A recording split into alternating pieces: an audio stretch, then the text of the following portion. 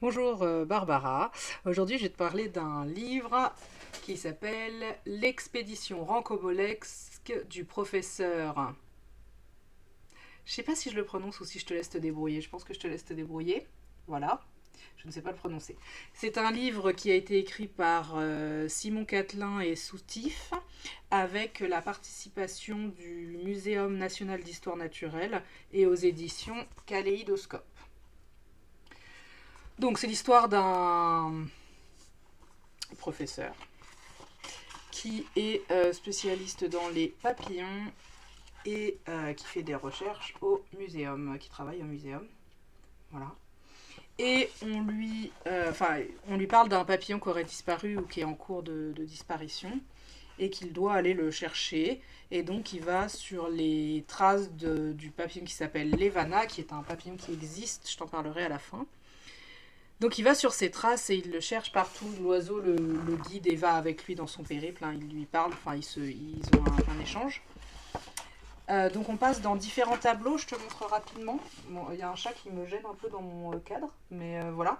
Donc on a différents tableaux de grande envergure dans lesquels il y a beaucoup d'éléments à regarder et on a l'histoire qui se poursuit avec quelques descriptions de l'endroit où on est. Désolée pour la coupure, mais le chat a coupé la vidéo, donc je reprends là où j'en étais à peu près. Donc on a différents tableaux, comme je disais, qui sont des biotopes différents les uns des autres. Voilà, et puis on passe d'un endroit à un autre. Je passe rapidement, mais voilà, hein, il y a pléthore de dessins et de détails sur chaque page. Et puis on arrive à la fin du cahier, donc là on referme le cahier, comme tu vois.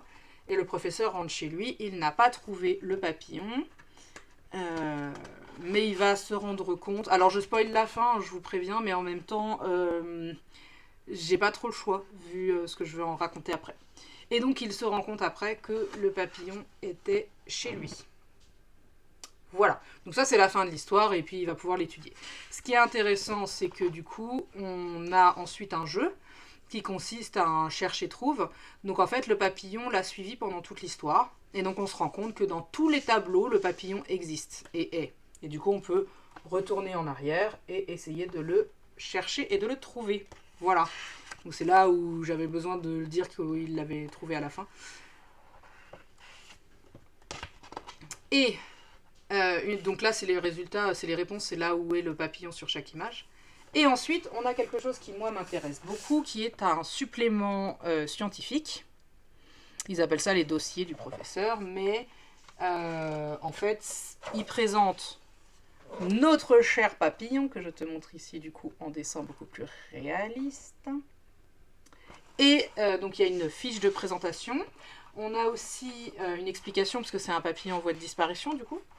On a aussi une petite fiche sur comment on devient entomologiste, ce que ça veut dire et ce que c'est que d'être entomologiste à la Grande Galerie de l'Évolution.